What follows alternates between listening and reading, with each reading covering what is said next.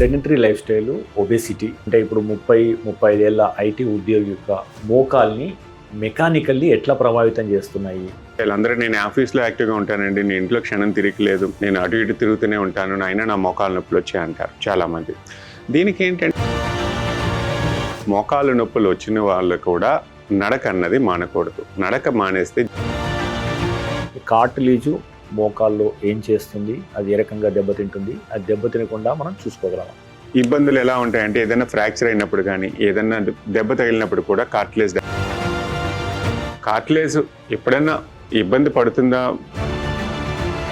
మీ దగ్గరకు వచ్చే పేషెంట్లో ఎంతమందికి వాళ్ళు సర్జరీ చేస్తారు, ఎంతమందికి సర్జరీ లేకుండానే నయం అవుతుంది? ప్రతి మనిషికి మోకాలు నొప్పికి ఆపరేషన్ అవసరం కాదండి. ఎర్లీ స్టేజ్లో ఉంటారు, లేట్ స్టేజ్లో ఉంటారు. ఆపరేషన్ అనేదానికి నేను లేవలేనప్పుడు ఆపరేషన్ చేయించుకుందాం అని చాలామంది ఆలోచిస్తూ ఉంటారు. అది చాలా తప్పు అంట. మాలాగా బ్యాడ్మింటన్ కానీ మిగతా క్రీడాకారులు ఆడేవాళ్ళు, సో ఎలాంటి జాగ్రత్తలు తీసుకోవడం ద్వారా లిగ్మెంట్ ఇంజరీలకు దూరంగా ఉండే అవకాశం ఉంది? మీరు ఏమన్నా సూచన చేస్తారా? ఇంజరీ లేని స్పోర్ట్ అంటూ ఏమీ లేదండి. ఇంజరీ పడలేదు అని అంటే అది ఆడట్లేదని. యాక్చువల్గా వెయిట్ పెరగడము, మోకాళ్ళు త్వరగా పాడవడము, వీటి మధ్య ఉన్న కనెక్షన్. సో ఎంత వెయిట్ పెరిగినా మన మోకాళ్ళకే తెలుస్తాయి ముందు. అందుకే మోకాళ్ళ మీద లోడ్ ఎక్కువ తీసుకుంటాం. ఈ మోకాళ్ళ అరుగుదల ఒక్కటే కాదు, చాలామంది చూస్తూ ఉంటాం బొట్టనవేలు నొప్పులు కానీ ఉదయాన్నే లేచినప్పుడు. ఒక సర్వే ప్రకారం 51% పైగా మందికి డి విటమిన్ డెఫిషియన్సీ ఉన్నట్టు తేలింది. ఇంతమందికి డెఫిషియన్సీ ఉండడం గల కారణం ఏంటి? ఆ లెవెల్ ఎండలు ఉన్నా కానీ. ఖచ్చితంగా ఇది వెరీ మంచి ప్రశ్న. విటమిన్ డి అనేది ఓవర్ రేటెడ్ అనుకోవచ్చు, అండర్ రేటెడ్ అనుకోవచ్చు. వైటమిన్ డికి సన్ అది ఒక సోర్సే తప్ప అల్టిమేట్ సోర్స్ కూడా కాదు. సో మీ దృష్టిలో to get that proteins and micronutrients along with the carbohydrates అంటే ఎలాంటి ఆహారం తీసుకుంటే బాగుంటుందంటారు? ఇలాగా డైట్లు మార్చి మన గట్టిని పాడు చేసుకునే వాళ్ళు చాలామంది ఉంటారు. దానివల్ల నార్మల్ సర్జరీకి రోబోటిక్ సర్జరీకి 1 లక్ష 2 లక్షలు తేడా ఉంది. So is it worth investing? Technology వల్ల అడ్వాన్స్మెంట్ జరుగుతుంది తప్ప దానివల్ల నష్టం అయితే లేదు. సో ఏవి బెస్ట్ ఇంప్లాంట్స్, ఏవి వేసుకోవడం ద్వారా మనకు ఒకటి ఇన్ఫెక్షన్స్ కానీ లేదా ఫ్యూచర్లో 3 ఆపరేషన్ పడే అవసరం కానీ ఉండకుండా ఉంటుంది? చాలా మంచి ప్రశ్న అండి. చాలామంది ఈ ఇంప్లాంట్ వేసుకుంటే మంచిది, ఈ ఇంప్లాంట్ వేసుకుంటే ఎక్కువ కాలం వస్తుంది, ఈ ఇంప్లాంట్ వేసుకుంటే తక్కువ కాలం వస్తుంది అని చాలామంది అనుకుంటూ ఉంటారు. అది చాలా పెద్ద తప్పు అనుకుంటారు. చెప్తాను. పిఆర్పి వైద్యం మీద భిన్నవాదాలు కనిపిస్తున్నాయి. ఒక రోగికి మీరు ఇచ్చే సూచన ఏంటి సో దట్ ఆయన మోసపోకుండా ఉండాలంటే? ఈ స్టిరాయిడ్ ఇంజెక్షన్ కానీ ఈ పిఆర్పీలు ఇవ్వటం కానీ జరుగుతూ ఉంటుంది. ఎంతకాలం పనిచేస్తుంది అన్నది మాత్రం చెప్పలేము. 40-45 ఏళ్ళు మహిళలకు అంటే ఇప్పుడు మెనోపాజ్ వచ్చినప్పుడు ఈస్ట్రోజన్ డ్రాప్ అవుతుంది కదా, సో దాంతో బోన్ మెన్సల్ డెన్సిటీ ఎట్లా అవుతుంది? సో మోకాలు నొప్పులు కూడా చూస్తే జెండర్ పరంగా మనకి ఫిమేల్స్కి ఎక్కువ రేషియోలో వస్తాయి. దానికి కారణం మగవాళ్ళకి ఎందుకు రావంటే 30 ఏళ్ళ సాఫ్ట్వేర్ ఇంజనీర్ కావచ్చు, ఒక 60 ఏళ్ళ రిటైర్డ్ ఎంప్లాయీ కావచ్చు, వారు మోకాళ్ళ ఆపరేషన్ అవసరం లేకుండా ఉండాలన్నా కానీ లేదా వాళ్ళ మోకాలను పదిలంగా ఉంచుకోవాలన్నా కానీ మీరు టాప్ 3 చేయాల్సినవి, టాప్ 3 చేయకున్నవి ఏంటి అని చెప్తారు? Balanced diet, balanced weight and activity. ఈ సమస్యకి దూరంగా ఉంచుకోవాలంటే ఈ 3 కరెక్ట్గా ఉండాలండి.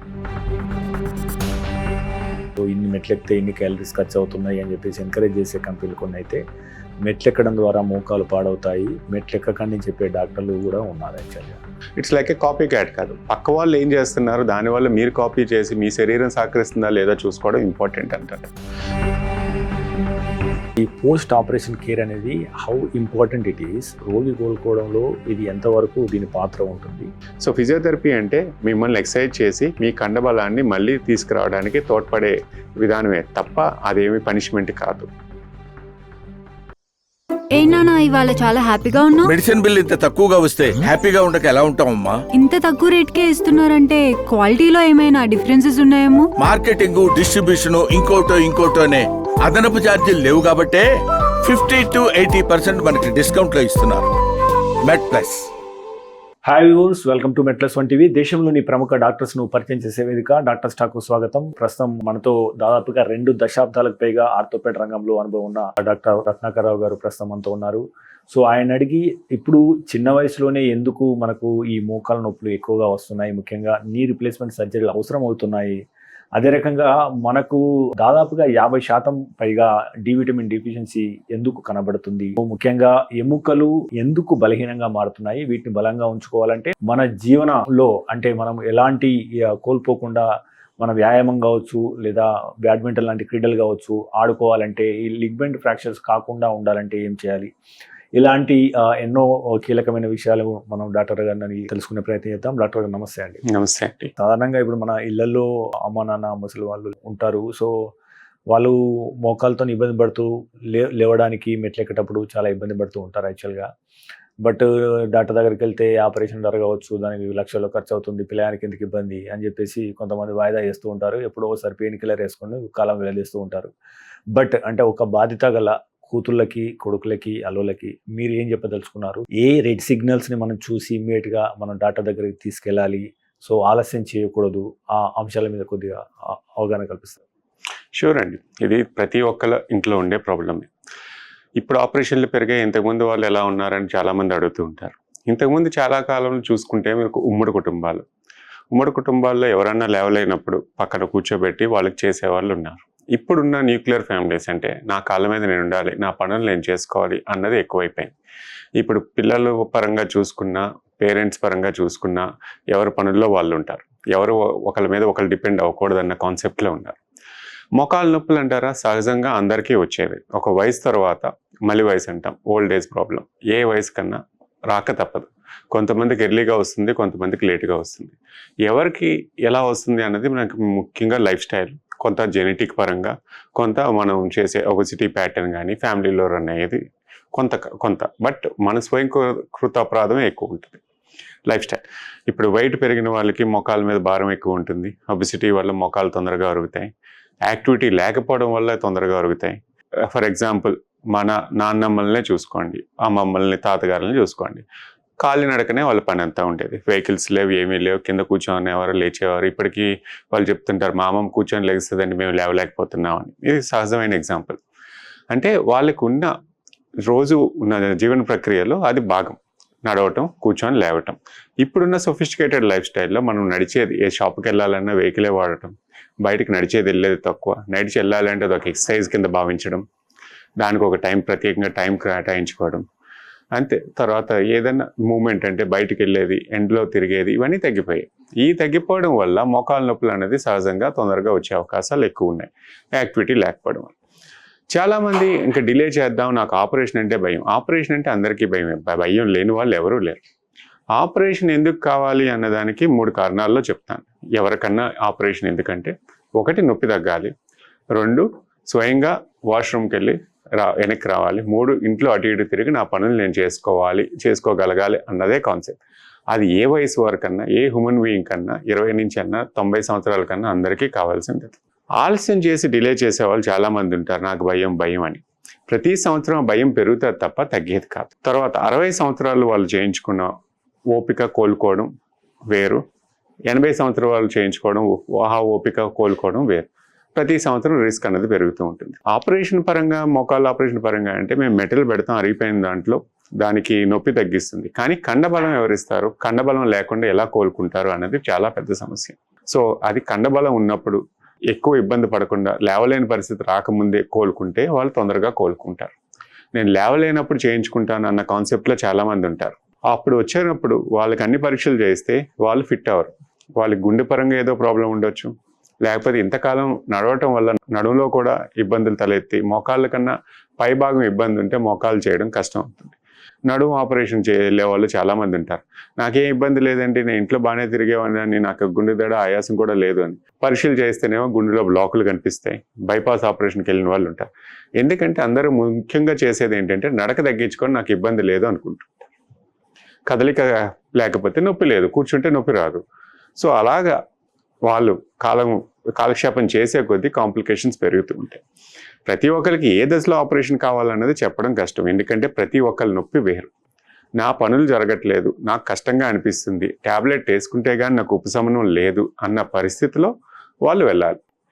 నేను సాఫీగా నా పనులన్నీ చేసుకుంటున్నాను, నా యాక్టివిటీ ఎక్కడా తగ్గలేదు, నేను ఎక్కువసేపు కాలక్షేపం చేయట్లేదు, అన్ని పనులు చేసుకోగలుగుతున్నాను సునాయాసంగా, అప్పుడప్పుడు ఒకటో రెండో పెయిన్ కిల్లర్స్ వేసుకోవాల్సి వస్తుంది, బట్ నా పనులు ఏమీ ఆగలేదు అన్న దానికైతే వాళ్ళు వెయిట్ చేయాలి. ఇది ప్రతి ఒక్కళ్ళ నొప్పి వేరు. కొంతమంది ఎక్కువగా భరించగలుగుతారు, కొంతమంది భరించలేరు. కొంతమందిని పేషెంట్స్ చూస్తూ ఉంటాం, కుంటుతూ నడుస్తూ వస్తూ ఉంటారు, వాళ్ళకి తెలుసు ఆపరేషన్ కావాలని, బట్ నాకేం నొప్పి లేదేంటి అంటారు, నడకం దాయలేరు, చూసే వాళ్ళకి తెలుస్తూనే ఉంటుంది.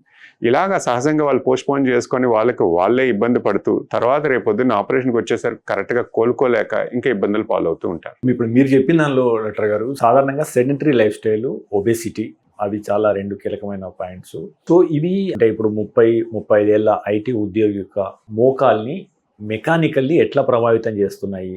సో దాని ద్వారా ఎందుకు ఎర్లీగా వాళ్ళు వస్తున్నారు?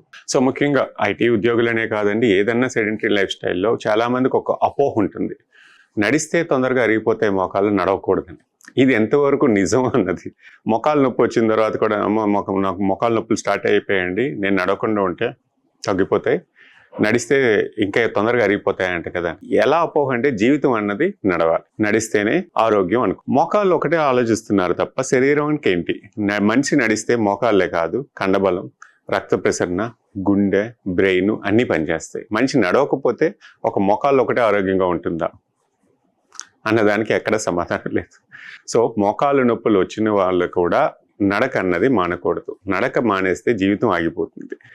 సో అదొక మిత్ అంటాం, అపోహే. నడిస్తే మోకాలు నొప్పులు వచ్చిన తర్వాత తొందరగా అరిగిపోతాయి అన్నది చాలా అపోహ. నడిస్తేనే ఆరోగ్యంగా మెత్తబడకుండా ఉంటాయి. నడక తగ్గిపోయేసరికి ఏ వయసు వారికన్నా కాల్షియం అన్నది తగ్గిపోతుంది బోన్లో. ఇది ఒక ప్రక్రియ, మనం తిన్నదంతా డైజెస్ట్ అవ్వాలి, బోన్స్కి కావాలి, స్ట్రెంగ్త్ కావాలి అన్నదానికి ఒక సైకిల్ లాగా జరుగుతూ ఉండాలి. ఎక్కడైతే నడక ఈ బ్యాలెన్స్ తప్పుతుందో బోన్స్ వీక్ అవుతాయి, కండరాలు కూడా వీక్ అవుతాయి.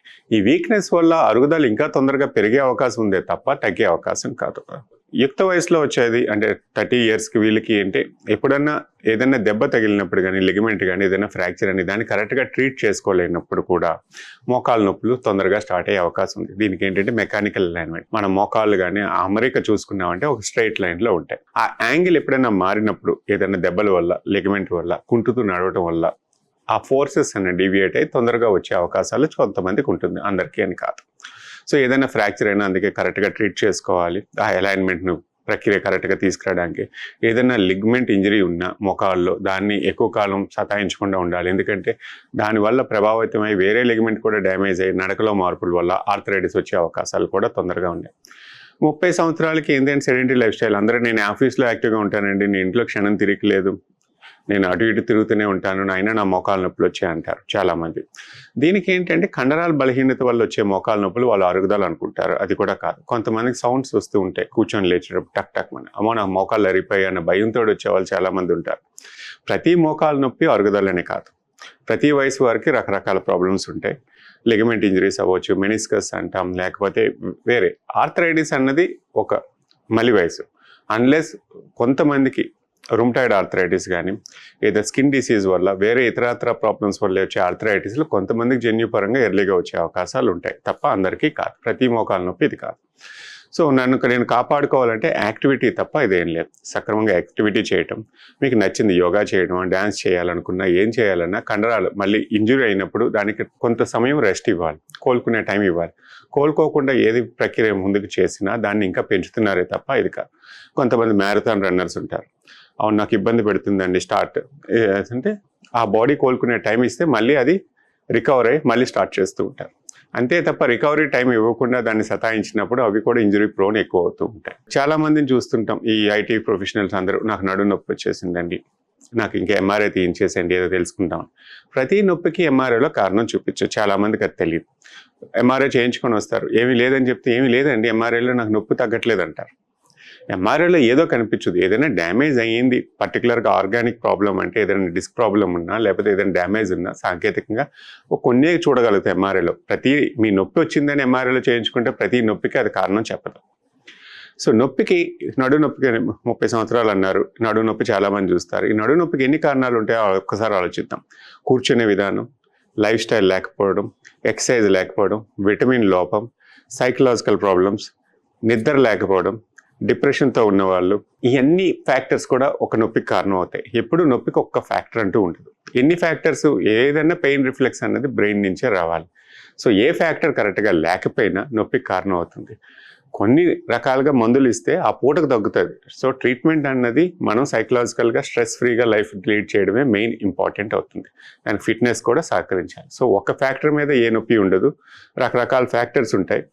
నడిస్తే ఆరోగ్యం ఎందుకు అంటున్నాం అంటే, నడిస్తే ఒక కండరాలే కాదు, కదలిక గుండెకి, బ్రెయిన్కి హ్యాపీ హార్మోన్స్ రిలీజ్ అవటం, ఈ ఫ్రస్ట్రేషన్స్, స్ట్రెస్ ఫ్రీ లైఫ్ కూడా అవుతుంది. సో డాక్టర్ గారు, అంటే ఇప్పుడు మనం ప్రివెన్షన్లోకి వస్తే ఇప్పుడు విటమిన్ డి మాట్లాడదాం. యాక్చువల్గా ఎల్నినో మరే ప్రభావం కానీ యాక్చువల్గా ఇప్పటికీ ఎండాకాలంలోనే ఉన్నాయి. సో భారత్ లాంటి ముఖ్యంగా సౌత్ ఇండియాలో ఒక సర్వే ప్రకారం 51% పైగా మందికి డి విటమిన్ డెఫిషియన్సీ ఉన్నట్టు తేలింది. బట్ ఇక్కడ చూస్తున్నాం 10 నెలల పాటు ఎండలు కొడుతున్నాయి. మనం ఎండలో ఉన్నా కానీ మన బోన్స్ వీక్ అవుతున్నట్టు కనబడుతున్నాయి. అంటే మనం ఏమైనా ఫండమెంటల్ రాంగ్ చేస్తున్నామా? ఇంతమందికి డెఫిషియన్సీ ఉండడం గల కారణం ఏంది? ఆ లెవెల్ ఎండలు ఉన్నా కానీ. ఖచ్చితంగా ఇది వెరీ మంచి ప్రశ్న. విటమిన్ డి అనేది ఓవర్ రేటెడ్ అనుకోవచ్చు, అండర్ రేటెడ్ అనుకోవచ్చు. ఖచ్చితంగా నీడ్ ఉన్న వాళ్ళు కూడా ఉన్నారు. మనం ఎండలో ఉంటాం. సౌత్లో ఉండే వాళ్ళకి ఎండ ఎక్కువే తక్కువేం కాదు. చలికాలంలో ఉండి ఇప్పుడు యూఎస్లో కానీ జర్మనీలో కానీ ఎండ తగలదు, ఎండ రాదు అన్న వాళ్ళకి డెఫిషియన్సీ ఉన్నది అనుకోవచ్చు. మనం ఎండలో తిరుగుతామండి, చాలామంది నాకు డెఫిషియన్సీ ఎందుకని అడుగుతూ ఉంటారు. ఎండ ముఖ్యంగా ఒక సోర్స్ ఆఫ్ వైటమిన్ డి, అంతే తప్ప అన్ని సోర్సెస్ కాదు. వైటమిన్ డి అనేది రకరకాలుగా ఫుడ్ నుంచి రావాలి, ఎండ నుంచి రావాలి, యాక్టివిటీ నుంచి బాడీ మెకానైజ్ చేసుకోవాలి. సో ముఖ్యంగా ఈ అల్ట్రావైలెట్ బి రేస్ అంటాం, ఈ రేస్లో ఎక్కువ ఉంటుంది. కానీ అది మిట్ట మధ్యాహ్నం వస్తుంది, ఎవరు నడవలేరు ఆ ఎండలో కూడా. సో ముఖ్యంగా ఎండలో కూర్చుంటున్నానండి, నాకు బాల్కనీలో ఎండ వస్తుంది, బాగానే నేను కూర్చుంటాను, నాకు వైటమిన్ డి ఎందుకు సరిపోవట్లేదు అని అడిగే వాళ్ళు కూడా చాలామంది ఉన్నారు. వైటమిన్ డికి సన్ అది ఒక సోర్సే తప్ప అల్టిమేట్ సోర్స్ కూడా కాదు. మీకు చాలామంది వైటమిన్ డి ట్యాబ్లెట్స్ వేసేసుకుంటారు రెగ్యులర్గా. నేను వేసేసుకుంటున్నానండి, బాగానే ఉంది, నాకు వైటమిన్ సి అయినా నాకు తక్కువ వచ్చింది అనుకుంటారు. ఇవన్నిటికీ కాకుండా ఒక రకంగా ఆలోచించుకుంటే మనం తినే డైట్లో కూడా వైటమిన్ డి వస్తుంది, రకరకాల పోషకాహారాల నుంచి. సన్ కూడా ఒక ఎలిమినేట్. ఇవన్నీ సైకిల్ అయ్యి మీకు బోన్కి పని ఇవ్వకపోతే అది ఎక్కడికి వెళ్ళాలి? మన యాక్టివిటీ లేదు అన్నప్పుడు అది ఎక్కడ డిపాజిట్ అవ్వాలి? ఊరికనే మనం డంప్ చేసుకుంటే బాడీని వైటమిన్ డి ట్యాబ్లెట్స్ తోటి బాడీకి రిక్వైర్మెంట్ లేనప్పుడు, అంటే బోన్కి కదలిక ఉంటేనే బోన్ డిమాండ్ చేస్తుంది ఎక్స్ట్రా కాల్షియం గురించి, బోన్ గట్టిపడాలి. ఇది ఒక సైకిల్. ఈ సైకిల్కి మనకు డిస్టర్బ్ అయినప్పుడు, ఊరికనే ఒక సైకిల్లో డంప్ చేసుకుంటున్నప్పుడు మన పొట్టలోనే ఉంటుంది తప్ప బాడీలోకి అన్ని భాగాల్లోకి ఎక్కడికి వెళ్ళాలి? మీరు దానికి కావాల్సిన ఎనర్జీ ఇవ్వట్లేదు, సోర్స్ ఇవ్వట్లేదు, దానికి ఎక్సర్సైజ్ చేయట్లేదు. ఎక్సర్సైజ్ చేయకపోతే ఊరికనే ట్యాబ్లెట్ వేసుకుంటే బోన్స్ స్ట్రెంగ్త్ రావు. అయినా వైటమిన్ డి డెఫిషియన్సీస్ చూపిస్తుంది. ముఖ్య కారణం ఏంటంటే యాక్టివిటీ లేకపోవడం. ఊరికి మనం డంప్ చేసుకుంటే వెయిట్ పెరుగుతాం, వెయిట్ తినదు, దాన్ని బ్యాలెన్స్ డైజెస్టింగ్ కెపాసిటీ లేకపోయినా ఏం చేయమైనా వెయిట్ పెరుగుతాం. Okay. So it's like a food example. So vitamin D కూడా అంతే. ఊరికి మనం ట్యాబ్లెట్స్ వేసుకున్నంత మాత్రాన మనకు బోన్స్ ఎనర్జీ రావండి. అన్లెస్ మనకు బోన్కి కావాల్సిన శ్రమ ఇవ్వకపోతే దాని ఎక్స్ట్రా డిమాండ్ అవ్వదు. మనకి ఎప్పుడైతే శ్రమ ఇస్తున్నామో బోన్స్ కూడా దానికి కావాల్సిన న్యూట్రిషన్ బాడీ నుంచి తీసుకునే అవకాశం ఉంటుంది. సో ముఖ్యంగా ఏంటంటే మన యాక్టివిటీ లేకపోవడం వల్లే వైటమిన్ డి లోపాలు ఎక్కువగా ఉన్నాయి. అంతే తప్ప ఎండలో కూర్చుంటున్నాను అన్నంత మాత్రాన వైటమిన్ డి సోర్స్ పెరిగిపోతుంది బాడీకి. సో డాక్టర్ గారు, అంటే ఇక్కడ మనం ఆహారం అంటున్నాం కదా, సరైన పోషకాలు ఇవ్వాలంటున్నాం. సో మనము తెలుగు వాళ్ళం ఎక్కువ ఎప్పుడైనా అన్నం తినమని అడుగుతారు. అన్నం అనేది ఆహారం. సో అందులో కార్బోహైడ్రేట్స్ ఎక్కువ ఉంటాయి, సరైన ప్రోటీన్స్ లేకపోవడం కానీ, మైక్రోన్యూట్రియంట్స్ లేకపోవడం కానీ ఇది ఎముకల్ని కొద్దిగా బలహీనంగా మారుస్తుందా? సో యాక్చువల్గా ఇప్పుడు అంటే మారుతున్న పరిస్థితులకు అనుగుణంగా ఈ సెడెంటరీ లైఫ్ స్టైల్ పెరిగిన కారణంగానో, ఎక్కువ వ్యాయామం లేని కారణంగానో, సో మీరు ట్రాన్స్ఫర్మేషన్ ఏ రకంగా జరిగితే బాగుంటుంది ఇన్ టర్మ్స్ ఆఫ్ మన ఆహారం విషయంలో? సో మీ దృష్టిలో to get that proteins and micronutrients along with the carbohydrates, అంటే ఎలాంటి ఆహారం తీసుకుంటే బాగుంటుంది అంటారు? ఆహార అలవాట్లన్నీ ఏంటంటే ప్రాంతీయ వారంగా డివైడ్ అయింది. అది ఎంతో కాలం ఉంది. మనకి స్టేపుల్స్ అంటాం. స్టేపుల్ డైట్ అన్నం అనుకోవచ్చు, రైస్ అనుకోవచ్చు, నార్త్ ఇండియాలో చపాతీ అనుకోవచ్చు. ఇది ఎంతో కాలంగా ఉన్నది, సైంటిఫిక్గా ప్రూవ్ అయింది. ఎవరికి అలవాట్లు ప్రాబ్లం లేదు. ఓన్లీ డైట్ మీద కాన్సన్ట్రేట్ చేసి నాకు ఈ పోషకాలు లేవు అనుకోవడం, మళ్ళీ డైట్లు మార్చుకోవడం, దానివల్ల వచ్చే ప్రాబ్లమ్సే తప్ప ఈ అలవాట్లన్నీ ఎలా అంటే ఒక గట్ మనకు అలవాటు అయిపోయింది. చిన్నప్పటి నుంచి అలవాటైన ఫుడ్ మనకి ఈజీగా డైజెస్ట్ అయ్యే అవకాశం ఉంది. కొత్త డైట్లకు చాలామంది మారుతూ ఉంటారు, దాని డైజెషన్ ప్రాబ్లమ్స్ వస్తాయి. కొంతకాలం తర్వాత గట్ అలవాటు అవ్వదు, ఆ మైక్రోవేవ్ డెవలప్ అవడానికి చాలా టైం పడుతుంది. ఇలాగా డైట్లు మార్చి మన గట్ని పాడు చేసుకునే వాళ్ళు చాలామంది ఉంటారు. దాని ద్వారా డైజెషన్ ప్రాబ్లమ్స్ రావటం, రకరకాలుగా గట్ని హింసించడం వల్ల మాకు వేరే ప్రాబ్లమ్స్ కూడా జిఆర్డి అంటాం, గ్యాస్ట్రైటిస్ రావటం కానీ, లేకపోతే గట్లో ప్రాబ్లమ్స్ రకరకాలుగా పాలిప్స్ రావడం కానీ ఇవన్నీ చూస్తూ ఉంటాం. ఏ ఆహారం చెడ్డది లేదు, ఏ ఆహారం మంచిది కాదని ఏది చెప్పలేం. మీకు ఈజీ డైజెస్టబుల్ అన్నిట్లో అన్ని పోషకాహారాలు కావాలి. ఫ్రూట్స్ కావాలి, మనిషికి నాన్ వెజ్ కావాలి, లేకపోతే రకరకాల వెజిటేబుల్స్ కూడా కావాలి. ఏదన్నా ఆహార పరంగా చూసుకునేనంటే మితంగా తీసుకోవాలి, యాక్టివిటీ ఉండాలి, ఈజీ డైజెస్టింగ్ క్యాపబిలిటీ ఉండాలి. ఏ ఆహారం చెడ్డదని ఏది లేదండి. ప్రతి ఆహారంలో ఒక పోషకాహారం ఉంటుంది. ప్రతి దాంట్లోని అవాయిడ్ చేయాల్సిన కొంతమందికి ఎలర్జీకి లేకపోతే ఇది పడకపోతే నాకు ఈ ఫుడ్ పదార్థం పడదు, దీనివల్ల డైజెషన్ ప్రాబ్లమ్స్ వస్తుంది అన్నప్పుడు దాన్ని వేరే విధంగా కాంపన్సేట్ చేసుకోవాలి తప్ప చెడ్డదంటూ ఏమీ లేదండి. ఆహారంలో ఏదన్నా మితంగా తీసుకునే అలవాటు. నాకు ఎక్కువ అనేసి ఒకటే ఆహారం మీద ఎక్కువ డిపెండ్ అవటం కూడా చాలా బ్యాడ్ హ్యాబిట్ అంట. సో మితంగా తీసుకొని ఆరోగ్యంగా ఎక్సర్సైజ్ చేయడమే మెయిన్ ఇంపార్టెంట్ అండి. అంతే తప్ప ప్రాంతీయవారంగా ఉంది, నాకు వేరేది బర్గర్స్ కావాలి, నాకు ఈ ఫుడ్ కాదు. ఇప్పటికి ఏంటంటే ఫుడ్ అవైలబిలిటీ చాలా పెరిగింది, అందరికీ హై క్యాలరీ డైట్ వస్తుంది. బట్ దాన్ని డైజెస్ట్ చేసుకొని క్యాపబిలిటీ అయితే ఎవరికి లేదు. దానివల్లే డిస్ప్రపోర్షనేట్గా ఒబెసిటీ రేట్ పెరిగిపోతుంది. ఇప్పుడు వెస్ట్రన్ ఫుడ్స్లో మోస్ట్లీ హై క్యాలరీ డైట్ అంటాం, బర్గర్స్ కానీ ఫ్రైస్ కానీ, ఎక్కువ ఆయిల్ వల్ల.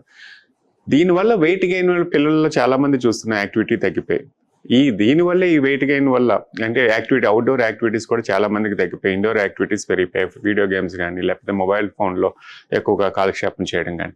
సో ఈ యాక్టివిటీస్ని కాకుండా అవుట్డోర్ గేమ్స్ పెంచి, అవుట్డోర్ యాక్టివిటీస్ని పెంచి, సోషలైజేషన్ పెంచి రైట్ ఫుడ్ తీసుకున్నంత వల్ల ఏ ఫుడ్ చెడ్డది కాదండి. విలువైన విశ్వసనీయమైన ఆరోగ్య సమాచారాన్ని అందించడానికి మనం మెడ్+1 టీవీని ఏర్పాటు చేశాం. అనతి కాలంలోనే మనం 3 లక్షలకు పైగా సబ్స్క్రైబర్లు, అదే రకంగా 7 కోట్ల వ్యూస్ను సాధించుకున్నాం.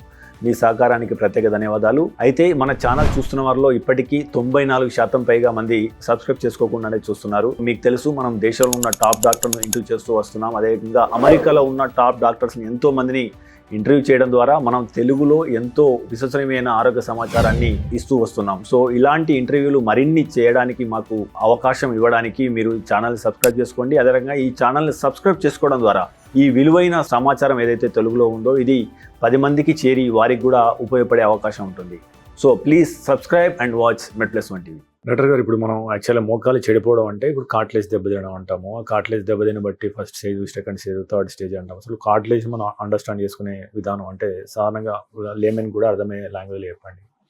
అంటే ఇప్పుడు మనం మోకాలు కారు అనుకుంటే, సో కార్టిలేజ్ ఒక షాక్ అబ్జర్వర్ అనుకుంటే, సో ఇప్పుడు రోడ్ల మీద కారు తిరుగుతున్నప్పుడు సర్వీస్ లేకుండా 10 ఏళ్ళు నడిస్తే, సో ఆ రకంగా కామన్ మ్యాన్కి అర్థమయ్యేటట్టు చెప్పండి, కార్టిలేజ్ మోకాల్లో ఏం చేస్తుంది, అది ఏ రకంగా దెబ్బతింటుంది, అది దెబ్బతినకుండా మనం చూసుకోగలమా? సో ఏ జాయింట్లో అన్నా కార్టిలేజ్ అనేది ఉంటుంది. కార్టిలేజ్ అనేది ఒక పొర, అది నున్నటి పొర, మధ్యలో ఫ్లూయిడ్ గ్రీజ్. ఇప్పుడు ఏదైనా బేరింగ్ల మధ్యన గ్రీజ్ పోస్తేనే స్మూత్ రన్నింగ్ ఉంటుంది. సో బేరింగ్ అనుకోండి, గ్రీజ్ అనుకోండి. ఆ లిక్విడ్ ఏదైతే అంటామో సైనోవియల్ ఫ్లూయిడ్ అంటాం, దాన్ని గ్రీజ్ కింద. కార్టిలేజ్ అనేది ఒక పొర, ఆ స్మూత్గా ఉండాలి. ఆ పొర, ఆ స్మూత్నెస్కి ఈ గ్రీజ్కి తోడైనప్పుడు మన గ్లైడింగ్ మూమెంట్ అంటే ఏ జాయింట్ అయినా స్మూత్గా మూవ్ అవుతూ ఉంటుంది. వయసు పరంగా కొన్ని మార్పులు సహజం. ఈ కార్టిలేజ్ ఇబ్బందులు ఎలా ఉంటాయంటే ఏదైనా ఫ్రాక్చర్ అయినప్పుడు కానీ, ఏదైనా దెబ్బ తగిలినప్పుడు కూడా కార్టిలేజ్ డ్యామేజ్ అయ్యే అవకాశం ఉంటుంది. కొంతమందికి రికవరీ అవుతుంది వయసు పరంగా, కొంతమందికి రికవరీ అవ్వకుండా పెరుగుతూ ఉంటుంది. వయసు పరంగా గ్రాడ్యువల్గా చూస్తే అరుగుదల కూడా, ఆ గ్రీజ్ అంటే ఏదైతే గుజ్జు ఉంటుందో అది నెమ్మదిగా క్రమంగా వయసు పరంగా తగ్గే అవకాశం ఉంటుంది, తగ్గుతూ ఉంటుంది. ఈ కార్టిలేజ్ కూడా డ్యామేజ్ అవుతుంది. దీన్ని ఆర్థరైటిస్ని గ్రేడ్ 1, 2, 3, 4 అంటాం.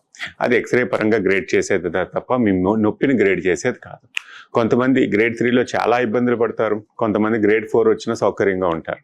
సో చాలామంది అడుగుతూ ఉంటారు, నాది ఏ గ్రేడ్లో ఉందండి, నేను ఎప్పుడు ఏం చేయాలి, ఆపరేషన్ చేయించుకోవాలా లేదా?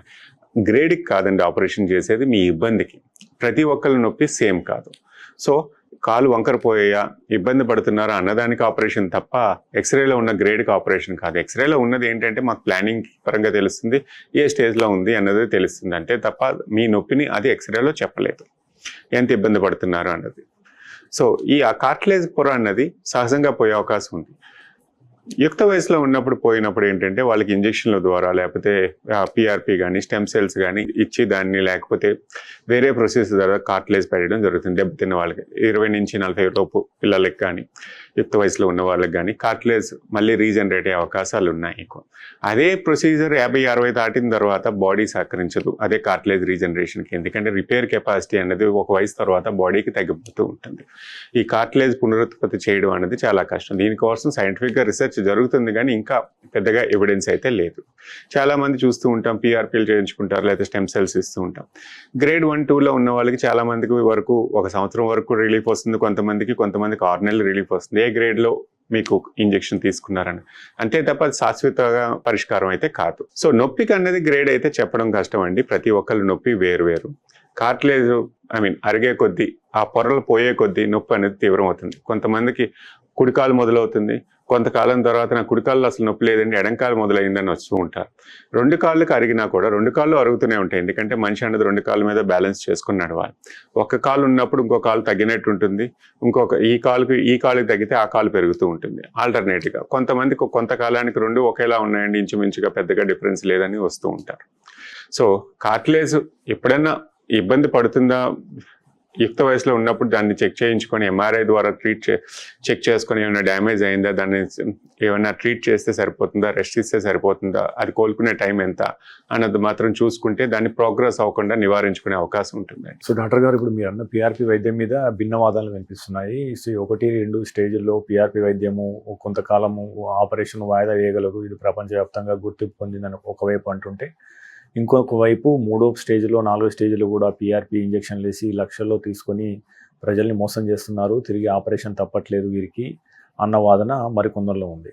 దీనిపై మీరు ఎలా బ్యాలెన్స్ చేస్తారు? యాక్చువల్గా అంటే ఎవరన్నా సజెస్ట్ చేస్తే, ఒక రోగికి ఎవరన్నా సజెస్ట్ చేస్తే అంటే ఆయన ఎటువంటి రెడ్ ఫ్లాగ్ చూడాలి, is it works for me, otherwise waste of investment అనుకోవాలా? ఒక రోగికి మీరు ఇచ్చే సూచనలు ఏంటి, సో దట్ ఆయన మోసపోకుండా ఉండాలంటే? ఇప్పుడు 60-70 వరకు వచ్చినప్పుడు చాలా మందికి ఆపరేషన్లు మెడికల్గా ఫిట్ అవ్వని వాళ్ళు చాలా మంది ఉంటారు. అంటే గుండె ప్రాబ్లం ఉండి ఆపరేషన్కి సహకరించలేదు, వీళ్ళకి మెడికల్గా ఫిట్ అండి, వీళ్ళకి చేస్తే ప్రమాదం ఎక్కువ, బ్లాక్స్ ఎక్కువ ఉన్నాయి, లేదున్నాయి అన్న వాళ్ళకి, ఇంకా పర్మనెంట్గా ఆపరేషన్ వద్దు అనుకున్న వాళ్ళకి ఈ స్టిరాయిడ్ ఇంజెక్షన్ కానీ ఈ పిఆర్పీలు ఇవ్వటం కానీ జరుగుతూ ఉంటుంది. ఎంతకాలం పనిచేస్తుంది అన్నది మాత్రం చెప్పలేము. అది ఒకరోజు పనిచేయచ్చు, లేకపోతే 6 నెలలు సౌకర్యంగా ఉండొచ్చు, అంతే తప్ప పర్మనెంట్గా పనిచేసేది అయితే కాదు. స్టేజ్ 1-2లో వేసుకున్న వాళ్ళు నొప్పులు ఉన్నాయండి, నాకు ఇబ్బంది పెడుతుంది అన్న వాళ్ళకి రైట్ చాయిస్ అంటాం. ఎందుకంటే ఎక్కువ కాలం వాళ్ళకు పనిచేస్తూ ఉంటుంది. అంటే ఇట్స్ నథింగ్ బట్ అరిగిపోయిన బేరింగ్లో గ్రీజ్ ఫిల్ చేయడం. బాగా అరిగిపోయిన బేరింగ్లో గ్రీజ్ ఫిల్ చేసి నాకు అదే రిజల్ట్ కావాలంటే జరిగే పని కూడా కాదు. సో కార్టిలేజ్ పొర అన్నది ఎవరికన్నా డీజనరేషన్ అంటాం, అది పోతూనే ఉంటుంది. ఒక వయసు తర్వాత కొంతమందికి వేగంగా పోతుంది వాళ్ళు చేసే పనులకి, కొంతమందికి స్లోగా పోతుంది. దీన్ని హాల్ చేసిన ప్రక్రియలో చాలామంది మందులు వాడతాం, గ్లూకోజమైన్ ట్యాబ్లెట్స్ అని, కొల్లాజన్స్ అని, ఇవన్నీ. అవి కొంతకాలం పనిచేయచ్చు, కొంతకాలం తర్వాత అవి సహకరించవు. ఇలాగే పిఆర్పి కూడా కొంతకాలం పనిచేస్తుంది, కొంతకాలం తర్వాత సహకరించవు. పర్మనెంట్ రిలీఫ్ అన్నది ఇంజెక్షన్స్ ద్వారా రాదు, ఎందుకంటే కార్టిలేజ్ డ్యామేజ్ అన్నది ప్రోగ్రెసివ్, అది ఏజ్ రిలేటెడ్, ఏజ్ పెరిగే కొద్దీ డ్యామేజ్ అవుతూనే ఉంటుంది. అంతే తప్ప దాన్ని పర్మనెంట్గా తీసుకొని నాకు ఆపరేషన్ అవసరం లేదు అనుకోవడం మూర్ఖత్వం. ఆపరేషన్ అనేది 3 కారణాలు కదా మనం డిస్కస్ చేసాం. నేను నడవాలి, నా పనులు చేసుకోవాలి, నొప్పి తగ్గాలి అంటే అది పర్మనెంట్గా ఇచ్చిన సర్జికల్గా అడ్వాన్స్డ్ టెక్నిక్. దాని రిజల్ట్స్ బాగున్నాయి కాబట్టి అందరూ చేయించుకుంటారు. ఇంజెక్షన్స్ అనేది తాత్కాలికం, నాకు లేకపోతే ఎటువంటి వరకు అంటే నాకు 1 నెలలో కూతురు పెళ్ళి ఉందండి, నాకు అవ్వదు, నాకు ఏదైనా నొప్పి కొంచెం తట్టుకోలేకపోతున్నాను, నేను ఇలాంటి ఇంజెక్షన్ ఇవ్వండి అన్న వాళ్ళకి చాలా బాగా రైట్ చాయిస్ అంటాను. కొంతకాలం వరకు పోస్ట్పోన్ చేసుకునే అవకాశం ఉంది. అది పనిచేస్తుందా లేదా అన్నది లోపల అరిగిందని బట్టే తప్ప, ఎంత కార్టిలేజ్ డ్యామేజ్ అయిందన్నది తప్ప ఎవరు ఇంతకాలం పనిచేస్తుందని గెస్ చేసి చెప్పలేరు. ఇదంతా గెస్ వర్కే, అంతే తప్ప అది పర్మనెంట్ రిలీఫ్ ఏం కాదు. గ్రేడ్ వైజ్ మీరు చూసుకుంటే మోకాళ్ళు అరిగే కొద్దీ నడక మారిపోతూ ఉంటుంది, నడక మారిపోయి మోకాలు కూడా వంకరపోతూ ఉంటాయి. వంకరపోయిన మోకాలు మనం మెకానికల్ అలైన్మెంట్ అంటే స్ట్రైట్గా నడిస్తేనే మనిషి, ఆ వంకర పోయే కొద్దీ బ్యాలెన్సెస్ అన్నీ మారిపోతూ ఉంటాయి. ఏ ఇంజెక్షన్ దాన్ని స్ట్రైట్ చేయగలదు? Mechanical problem. ఇప్పుడు మనం చూస్తూ ఉంటాం, చాలామంది కుంటుతూ నడుస్తూ ఉంటారు, మోకాళ్ళు కదా అనుకుంటారు. 2 కాళ్ళు ఉంటాయి, మనిషి ఏది బ్యాలెన్స్ చేయాలన్నా నడుము ఉండాలి. నడుము ఏమవుతుంది అన్నది ఆలోచించారు. ఒక కాలు కుంటినా కూడా నడుము మీద ఇంబ్యాలెన్స్ అవుతుంది. మోకాలు నొప్పి రేపు పొద్దున డిస్క్ ప్రాబ్లం కింద బయటపడుతుంది. మోకాళ్ళు అది నడుముకు చేయించుకునే పరిస్థితి తెచ్చుకుంటారు. అప్పుడు ఎవరిని అడుగుతారు అనేది. 2, సహకరించకుండా ఇంట్లో పని చేసుకున్నది నాకు పెద్ద లేదండి అంటారు. అదే మనిషిని 1 కిలోమీటర్ కానీ ఎక్కడికైనా తీసుకెళ్తే గుండె దడ ఆయాసం వస్తుంది. తెలియకుండానే మన గుండె మీద, లంగ్స్ మీద ప్రభావం ఉంటుంది. ఇవి బయటకు కనిపించవు, ఇంట్లో చేసుకునే పనికి పెద్ద అనిపించదు వాళ్ళు. అదే పనిగా నడిస్తే గుండె దడ ఆయాసం వస్తూ ఉంటుంది. అంటే లంగ్స్ కూడా వీక్ అయిపోతూ ఉంటాయి తెలియకుండా. ఈ ప్రాబ్లమ్స్ కూడా బయటపడవు. ఒకేసారి ఆపరేషన్కి వచ్చినప్పుడు ఇవన్నీ బయటపడే అవకాశం ఉండి మీరు తట్టుకోలేరు అని చెప్తూ ఉంటాం. లేదా కొంతమందిని గుండె ఆపరేషన్ రెండమ్మా నీకు మోకాలు కాదు, ముందు అది చేయించుకోండి అని చెప్పారు రోజులు కూడా ఉన్నాయి. లేదు, నీకు నడుము ఇబ్బంది ఎక్కువ ఉందమ్మా మోకాళ్ళ కన్నా, దానికి వెళ్ళండి ముందు, దీనికి కాదు అని చెప్పిన రోజులు కూడా ఉన్నాయి. ఇలా రకరకాలుగా ఉంటారు. నేను లేవలేనప్పుడు ఆపరేషన్ చేయించుకుందాం అని చాలామంది ఆలోచిస్తూ ఉంటారు. అది చాలా తప్పు అంటారు. లేవలేనప్పుడు ఆపరేషన్ మేము ఏ విధంగా అన్నా 40కి ఎలా చేస్తామో 80కి అలాగే చేయాలి, 60కి అలాగే చేయాలి చేసే విధానంలో. బట్ కోలుకునే విధానంలో మంచి కండబలం లేనప్పుడు ఏ మనిషి తొందరగా కోలుకుంటాడు అన్నది ఇంపార్టెంట్. దానికి రిజల్ట్స్ ఫెయిల్ అయ్యింది అనుకోవడం వల్ల అంటే మీరు ఎప్పుడు ఎంత ఆలస్యంగా వచ్చారు, మీలో కండబలం ఎంత ఉంది, ఎలా కోలుకుంటున్నారు అన్న దాని మీద కూడా చాలా ఆధారపడి ఉంటుంది సక్సెస్ ఆ ఫెయిల్యూర్ అని. సో ప్రతి మనిషికి సక్సెస్ ఫెయిల్యూర్ అనేది ఆపరేషన్ చేసే విధానం కాదు, తను ఏ స్టేజ్లో వచ్చారో, తన కండబలం ఎంత ఉంది, తను ఎంతకాలం శ్రమించాలి కోలుకోవడానికి అన్నది కూడా ముఖ్య కారణం అండి. సో డాక్టర్ గారు, సాధారణంగా ఇప్పుడు మీ దగ్గరకు వచ్చే పేషెంట్లో సో నాకు మోకాల సమస్య ఉంది, నడవలేకపోతున్నాను, ఇష్యూ ఉంది అనుకున్నప్పుడు అందరికీ వచ్చే ఆలోచన ఒకటే, నాకు సర్జరీ ఖచ్చితంగా చేస్తారు అని ఆలోచన. బట్ మీ దగ్గరకు వచ్చే పేషెంట్లో ఎంతమందికి వాళ్ళు సర్జరీ చేస్తారు, ఎంతమందికి సర్జరీ లేకుండానే నయం అవుతుంది, సర్జరీ లేకుండా నయం చేసే మెథడ్స్లో అవి ఏంటి? ప్రతి మనిషికి మోకాల నొప్పికి ఆపరేషన్ అవసరం కాదండి. ఎర్లీ స్టేజ్లో ఉంటారు, లేట్ స్టేజ్లో ఉంటారు. ఆపరేషన్ అనేదానికి స్పెసిఫిక్ ఇండికేషన్స్ ఉన్నాయి. నాకు ఇబ్బంది తెలుస్తుంది, పెయిన్ కిల్లర్ వేసుకుంటే కానీ నాకు ఉపశమనం రావట్లేదు, నా పనులు ఆగిపోయాయి అన్న వాళ్ళకి ఆపరేషన్. అంతే తప్ప నా యాక్టివిటీస్ పాడవలేదు, యాక్టివ్గా ఉండండి. చాలామంది నడవద్దన్నారండి, నడిస్తే నారిపోతాను. లేదమ్మా, నడవండి. నడక అన్నది చాలా ముఖ్యం. నడిస్తేనే మీరు ఆరోగ్యంగా ఉంటారు మోకాలు. కాకపోతే ఒకసారి మోకాలు నొప్పులు మొదలైన తర్వాత కింద కూర్చోవడం, మెట్లు ఎక్కడం వీలైనంత వరకు అవాయిడ్ చేయండి అని చెప్తాం. చాలామందికి కింద కూర్చుండిపోతారు, లేవటానికి పాకుతూ సపోర్ట్ తోటి లేస్తూ ఉంటారు. మోకాళ్ళే కాదు, నడుం డ్యామేజ్ కూడా చేసుకుంటారు. వీళ్ళకి కండబలం తక్కువ ఉంటుంది. అదే ప్రక్రియలో పడే అవకాశాలు కూడా ఎక్కువ ఉంటాయి. దీన్ని వద్దంటాం. మెట్లు ఎక్కడం దిగటం అంటే ప్రతి మనిషి ఒక కాలు ఎక్కి దిగాలి అని అంటే 2 ఇంతలు బరువు వేయాల్సి వస్తుంది. సో డ్యామేజ్ అనేది తొందరగా అవకాశం ఉంటుంది. సో అందుకు వీడిని అవాయిడ్ చేయమంటాం. నడక అన్నది చాలా ముఖ్యం అంటాం. నడక లేకపోతే మంచి వెయిట్ పెరిగి ఇంకా మోకాళ్ళు అరుగుతాయి తప్ప తక్కువ. చాలామంది ఇది అనుకుంటారు, నేను డైట్ కంట్రోల్ చేసుకున్న తర్వాత వస్తానండి అని నడవడం మానేస్తారు. నడక మానేసేసరికి వెయిట్ అనేది పెరుగుతారు, వెయిట్ తగ్గరు. ఓన్లీ డైట్ ఒక్కటే పనిచేయదు చాలామందికి నడక లేకుండా. సో ఆరోగ్యకరంగా ఉండాలి అని అంటే మనిషి ఎప్పుడు నడవాలి. అదే చెప్తాను, ఎర్లీ స్టేజ్లో ఉన్న వాళ్ళకి కూడా నడక ఇంపార్టెంట్. నడవండి, ఆరోగ్యంగా ఉండండి. మీకు కొన్ని యాక్టివిటీస్ మీకు ఇబ్బంది కలిగేవి చేయొద్దు, బట్ లైఫ్ స్టైల్ నార్మల్గా ఉంచండి. ఇబ్బంది లేనంత వరకు అన్ని పనులు చేసుకోండి, ఏది చేయొద్దు అని చెప్తాం. సో డాక్టర్ గారు, యాక్చువల్గా ఇప్పుడు నా వయసు 42, నేను ఎవ్రీడే బ్యాడ్మింటన్ ఆడుతాను from the last 5 years. But నేను చూసిన వాళ్ళు చాలా చక్కగా ఆడేవాళ్ళు, చాలా మిత్రులు, వాళ్ళు చిన్న లిగ్మెంట్ ఇంజరీతో ఆటకు శాస్త్రంగా దూరమైన వాళ్ళని చూస్తూ ఉంటాను. మాకు చాలా బాధ కలుగుతుంది వాళ్ళని చూసినప్పుడు. వాళ్ళు వస్తారు, చూస్తారు, బాగా ఆడాము ఇట్లా అట్లా అని చెప్పినప్పుడు, అరే ఈయన కూడా మాతో ఆడితే బాగుండని అది అనిపిస్తుంది. మాకు కూడా ఒక ఆందోళన ఏంటంటే, మాకు కూడా ఎప్పుడైనా ఇలాంటివి జరుగుతుందా అన్న మాకు ఆందోళన కూడా ఉంది. సో ఈ నేపథ్యంలో మాలాగా బ్యాడ్మింటన్ కానీ మిగతా క్రీడాకారులు ఆడేవాళ్ళు సో ఎలాంటి జాగ్రత్తలు తీసుకోవడం ద్వారా లిగ్మెంట్ ఇంజరీలకు దూరంగా ఉండే అవకాశం ఉంది? మీరు ఏమన్నా సూచనలు చేస్తారా? సో ఎందుకంటే మీరు భారీ ఎత్తున లిగ్మెంట్ ఇంజరీకి చికిత్స చేస్తున్నారు కాబట్టి, సో ప్రివెంటివ్ స్టెప్స్ ఏం చెప్తారు? సో ఇంజరీ లేని స్పోర్ట్ అంటూ ఏమీ లేదండి. ఇంజరీ పడలేదు అని అంటే అది ఆడట్లేదని. చిన్నప్పటి నుంచి మనం చూస్తే కాలు యాంకిల్ మెల్లి పడుతుంది, యాంకిల్ స్ప్రెయిన్ అంటాం, లేకపోతే స్ట్రెయిన్ అంటాం, లిగమెంట్ ఇంజరీస్ అంటూ ఉంటాం. ఏ దెబ్బ తగిలినా దాన్ని లిగమెంట్ ఇంజరీయే, స్ప్రెయిన్. దానికి చాలామంది, ఫర్ ఎగ్జాంపుల్ కాలు బెనికిందండి, నేను ఎప్పుడు బెనికిందమ్మా అంటే 3 నెలలు అయిందండి, ఇప్పుడు ఎందుకు వచ్చారంటే ఇంకా నొప్పి తగ్గట్లేదు అని అంటారు. చాలా కాలం సంవత్సరం తర్వాత కూడా వస్తారు, కాలు అప్పుడెప్పుడో బెనికిందండి ఇంకా నొప్పి తగ్గలేదు. దానికి ఇప్పటి వరకు తగ్గకపోవడానికి కారణం ఏంటి అంటే, మీరు తగిలిన వెంటనే రెస్ట్ ఇచ్చారంటే లేదండి అప్పుడు నాకు టైం లేదంటారు. ఏ దెబ్బ తగిలినా బాడీ సహజంగా అది కోలుకునే అవకాశం ఉంటుంది. చాలామంది మందులతో తగ్గించేసుకుందాం నాకు ఫాస్ట్ రికవరీ అని అంటారు. దీంట్లో ఫాస్ట్ లేదు. Rest and time are the cure with. So rest time, ఆ తగిలిన వెంటనే మోతాదుని బట్టి 1 వారమా 3 వారాల రెస్ట్ కోరుకుంటుంది బాడీ. అది ఇవ్వనప్పుడు అది 3 సంవత్సరాలైనా నొప్పి పెరుగుతూనే ఉంటుంది, చాలా కాలం ఇబ్బంది పెడుతూనే ఉంటుంది. సో ఇమ్మీడియట్ రెస్ట్ ఇచ్చి ఆ టైం ఇచ్చినప్పుడే మీరు ప్రాపర్గా కోలుకుంటారు. ఆ టైం ఇవ్వనప్పుడు ఇంజరీ అని ఇంకా పెంచుతున్నారే తప్ప దానికి బాడీ రికవర్ అవ్వకముందు చేస్తే పని. ఏ లిగమెంట్ కన్నా ఏ ఇంజరీ కానీ ఇది వర్తిస్తుంది. ఏ ఇంజరీ తగిలినా నేను యాక్టివ్గా ఉండాలి అన్నప్పుడు, పెద్ద ప్లేయర్లే మనం చూస్తున్నప్పుడు క్రికెట్లో చిన్న నిగిల్ అంటాం, బయటకు వెళ్ళిపోతారు. ఎందుకంటే దే డజంట్ వాంట్ అగ్రివేట్ చేయకూడదు. అగ్రివేట్ చేస్తే పర్మనెంట్ డ్యామేజ్ కింద వస్తుంది. రికవరీ తోటి టైం తోటి పోయేదాన్ని పర్మనెంట్గా ఆపరేషన్ వరకు తీసుకెళ్లాల్సిన అవసరం ఉండదు. అలా అని పర్మనెంట్ టేర్స్ ఉంటాయి కొంత. ఇప్పుడు మోకాల్లో చూసుకోండి, ట్విస్ట్ అయినప్పుడు ఏసీఎల్ టేర్ అంటాం, లేకపోతే మెనిస్కస్ టేర్ అంటాం. ఇవి ఏం టేర్ అయినా పర్మనెంట్ టేర్సే. ఒకసారి టేర్ అయితే మళ్ళీ అది రెస్ట్ ఇచ్చినా రావు. ఇలాంటి టేర్స్ ఉంటే నేను మళ్ళీ ఆడాలన్నప్పుడు దాన్ని సరి చేసుకొని మళ్ళీ దాన్ని రీకన్స్ట్రక్ట్ చేసుకొని మళ్ళీ రావాలి తప్ప ఇది లేదు. సో అలాంటి నెగ్లెక్ట్ చేయకుండా ఎర్లీగా ట్రీట్ చేయాల్సిన ట్రీట్ చేసుకోవాలి. దాన్ని ఎర్లీగా ట్రీట్ చేసుకోకుండా పెద్దవి చేసుకునేటప్పుడే ఇబ్బందులు ఎక్కువ అవుతూ ఉంటాయి. ఎందుకంటే ఇప్పుడు ఫర్ ఎగ్జాంపుల్ చిన్న బట్ట చిరిగింది, వెంటనే కుట్టుకుంటే దాని కుట్టు బాగుంటుంది. అదే 4-5 సార్లు వేసుకొని లేదా 10 సార్లు వేసుకొని ఆ కుట్టు మీద ఎంత ప్రభావం ఉంటుంది?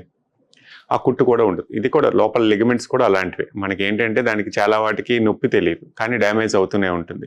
మన ప్రక్రియలో ఎప్పుడో ఇబ్బంది పెట్టింది కదా అనుకుంటాం. అది బ్యాడ్గా టేర్ అయినప్పుడు దాని ఏమైనా కుట్టినా కూడా ప్రాపర్గా హీల్ అవుతాం. So timing is more important అండి. సో ఏదన్నా ఇబ్బంది ఉంది, నా బాడీ సహకరించట్లేదు అన్నప్పుడు ఇమీడియట్గా రెస్ట్ తీసుకోండి. ఐస్ ప్యాక్ ఏదైనా డ్యామేజ్ అయితే ఐస్ ప్యాక్స్ పెట్టండి. బాడీ రికవర్ అయిన తర్వాత మళ్ళీ స్పోర్ట్స్ ఆడండి. ఇది మెయిన్ ఇంపార్టెంట్. అంతే తప్ప దాన్ని రికవరీ టైం ఇవ్వకుండా మీరు తరచూ ఎక్కువగా ఆడటం కానీ స్ట్రెస్ చేయడం వల్ల పర్మనెంట్ డ్యామేజ్ అయితే దాని నుంచి కోలుకోవడం చాలా తక్కువ. సో ఇది మోర్ ఇంపార్టెంట్ అండి. యాక్టివ్గా ఉండాలి అన్నప్పుడు బాడీకి కూడా అర్థం చేసుకోవాలి. లిసన్ టు యువర్ బాడీ అంటాం. బాడీ సహకరించినప్పుడు వెయిట్ చేయాలి. అండ్ యాక్టివ్గా ఉండాలి అన్నప్పుడు రెగ్యులర్గా క్రమం తప్పకుండా స్ట్రెచ్చింగ్స్, ఎక్సర్సైజ్, మజిల్ స్ట్రెచ్చింగ్స్ ఇవన్నీ compulsory, warm up, cool down compulsory కావాలండి. సో 1 కేజీ బరువు పెరిగితే మనము మెట్లెక్కేటప్పుడు మన మోకాల మీద 4 కేజీల వెయిట్ పెరుగుతుంది అనేది ఒక ఆలోచన. సో ఇది ఎంతవరకు వాస్తవము? యాక్చువల్గా వెయిట్ పెరగడము, మోకాలు త్వరగా పాడవడం, వీటి మధ్య ఉన్న కనెక్షన్ చూడండి, జాయింట్లు ఒక వయసు తర్వాత అన్నీ అరుగుతాయి. ఏ జాయింట్ కన్నా ఒక స్టేజ్ వస్తుంది, అది అవ్వాలి. దాని డీజనరేషన్ అంటాం. ఎక్కువగా మనకి మోకాలు ఎందుకు తెలుస్తాయంటే మోకాలు బాడీలో ఉన్నది పెద్ద జాయింట్. మన బరువు అంతా మోసేది మోకాలు, దీని వెయిట్ అంతా పడేది. ఈ వెయిట్ పట్టడం వల్ల మోకాల్లో ముందు సంకేతాలు వస్తాయి. ఇదే ఫారినర్స్లో మన వెస్టర్న్ పాపులేషన్లో, కకేషియన్ పాపులేషన్ అంటే హిప్స్ కూడా అరుగుతూ ఉంటాయి. బట్ మన ఏషియన్ కమ్యూనిటీకి ఎక్కువ మోకాళ్ళు అరుగుతూ ఉంటాయి. ఈ మోకాళ్ళు పెద్ద జాయింట్. సో మనం కూర్చొని లేచేటప్పుడు కానీ మన బరువు సహకరించేది మోకాళ్ళే. మనం ఏం చేయకపోయినా కూర్చొని లేవడానికి కండరాలు. మొదట ఏంటంటే లేజినెస్ పెరిగిపోతుంది, ఈ కండరాలు వీక్ అయిపోతూ ఉంటాయి. సో ఎంత వెయిట్ పెరిగినా మన మోకాళ్ళకే తెలుస్తాయి ముందు. అందుకే మోకాళ్ళ మీద లోడ్ ఎక్కువ తీసుకుంటాం. ఈ మోకాళ్ళలో అరుగుదల ఒక్కటే కాదు, చాలామంది చూస్తూ ఉంటాం బొట్టన వేలు నొప్పులు కానీ, ఉదయాన్నే లేచినప్పుడు వేళ్ళన్నీ పట్టేసేయండి, నెమ్మదిగా సాగుతూ ఉంటాయి.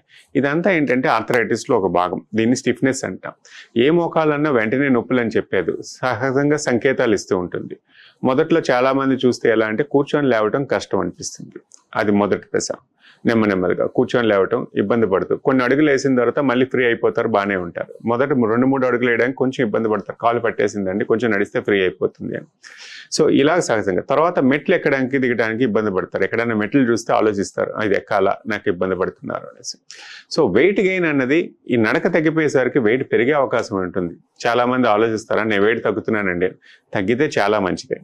ఇప్పుడు ఒబెసిటీ తోటి కూడా నేను ఇంత వెయిట్ తోటి ఆపరేషన్లు ఫెయిల్ అయ్యే అవకాశం ఉంది, కరెక్టే. చాలా వరకు ఎక్కువ వెయిట్ ఉన్నప్పుడు, హై బిఎంఐ అన్నప్పుడు ఆపరేషన్లు కూడా ఫెయిల్ అవుతాయి. ఎందుకంటే అంత బరువు మీ మొఖాలకే కాదు, మెటల్ తీసుకుంటుందా లేదా, మీ శరీరం తట్టుకుంటుందా లేదా అనేది చాలా పెద్ద సమస్య. సో వెయిట్ తగ్గాలి.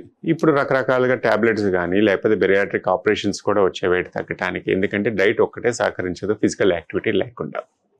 ఈ physical activity end of the day మీకు బాటమ్ లైన్కి వచ్చేది ఫిజికల్ యాక్టివిటీ. సో వెయిట్ తగ్గితే మోకాలు, ఖచ్చితంగా ఆర్థరైటిస్ ఉన్న వాళ్ళకి వెయిట్ తగ్గితే మోకాలు నొప్పులు సగం తగ్గినట్టే. చాలా లైట్గా ఫీల్ అవుతారు, నా మోకాల మీద అంత లోడ్ లేదండి, అంత ఇబ్బంది పెట్టట్లేదు అని. So weight is a huge problem అండి.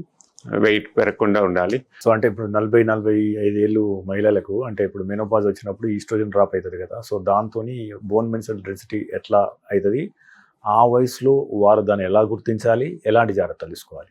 సో మోకాలు నొప్పులు కూడా చూస్తే జెండర్ పరంగా మనకి ఫిమేల్స్కి ఎక్కువ రేషియోలో వస్తాయి. దానికి కారణం మగవాళ్ళకి ఎందుకు రావు అంటే, మగవాళ్ళకి ఆలస్యంగా 10 సంవత్సరాల్లో చూస్తాం. వీళ్ళకి 50లో వస్తే వాళ్ళకి 10 సంవత్సరాల గ్యాప్ అనుకోండి. ఎందుకు ఈ యాక్టివిటీ అంటే లేడీస్కి కొన్ని సైకిల్ వల్ల, అంటే మెనోపాజ్ వచ్చిన తర్వాత ఆ సైకిల్, హార్మోనల్ సైకిల్ డిస్టర్బ్ అవుతుంది. రెండోది మగవాళ్ళకి లాగా మేల్ యాక్టివిటీ లాగా ఫిమేల్ ఉండరు, ఎక్కువగా ఇంట్లో ఉంటారు. అండ్ మజిల్ పవర్లో డిఫరెన్స్, మేల్కున్న మజిల్ పవర్ ఫిమేల్కు ఉండదు. ఈ మూడిటి వల్ల కూడా మోకాళ్ళ మీద లోడ్ వాళ్ళకి ఎక్కువగా పడుతుంది. తర్వాత మెనోపాజ్ వల్ల ఈ హార్మోనల్ చేంజెస్ వల్ల ఆస్టియోపోరోసిస్ అంటే బోన్లో ఉన్న సాంద్రత కాల్షియం తగ్గిపోతూ ఉంటుంది. అందుకే మెనోపాజ్ పర్సన్స్కి యాక్టివిటీ పెంచాలి, 2 కాల్షియం కూడా సప్లిమెంట్స్ తీసుకుంటూ ఉండాలి. ఈ 2 బ్యాలెన్స్ తప్పినప్పుడు మోకాళ్ళు స్మూత్ అయిపోయి ఇంకా తొందరగా అరిగే అవకాశం ఉంది తప్ప అది స్ట్రాంగ్ అవ్వదు. దాన్ని స్ట్రాంగ్ చేసుకోవాలి అని అంటే మీరు కాల్షియం సప్లిమెంట్స్ తోటి యాక్టివిటీస్ కూడా పెంచుతూ ఉండాలి. 3వది వెయిట్ గెయిన్. ఈ లేడీస్కి నడక తగ్గిపోయేసరికి మనం మెనోపాజ్ తర్వాత ఈ హార్మోనల్ ఛాలెంజెస్ వల్ల కూడా ఈ వెయిట్ గెయిన్ పెరుగుతుంటాయి. అందుకే లేడీస్లో మోకాళ్ళ అరుగుదల తొందరగా చూస్తాం జెంట్స్ కన్నా. ఇక్కడ ఆ భేదం ఉంది ఖచ్చితంగా. కాకపోతే జెంట్స్లో పర్సెంటేజ్ వైజ్ చూసుకుంటే కొంతమంది జెంట్స్ తొందరగా ఆపరేషన్లు చేసుకునే వాళ్ళు ఉన్నారు when compare to the ladies. ఇవన్నీ పర్సెంటేజెస్లో ఖచ్చితంగా ఇలాగే అవుతుందని దేనికి లేదు. సో ఈ హార్మోనల్ ఛాలెంజెస్ చాలా పెద్ద ప్రాబ్లం అండి. దానికి ఏంటంటే బిఎండి చెక్ చేసుకోవడం, యాక్టివిటీ బాగున్నంత వరకు నాకు ఇబ్బంది లేదు.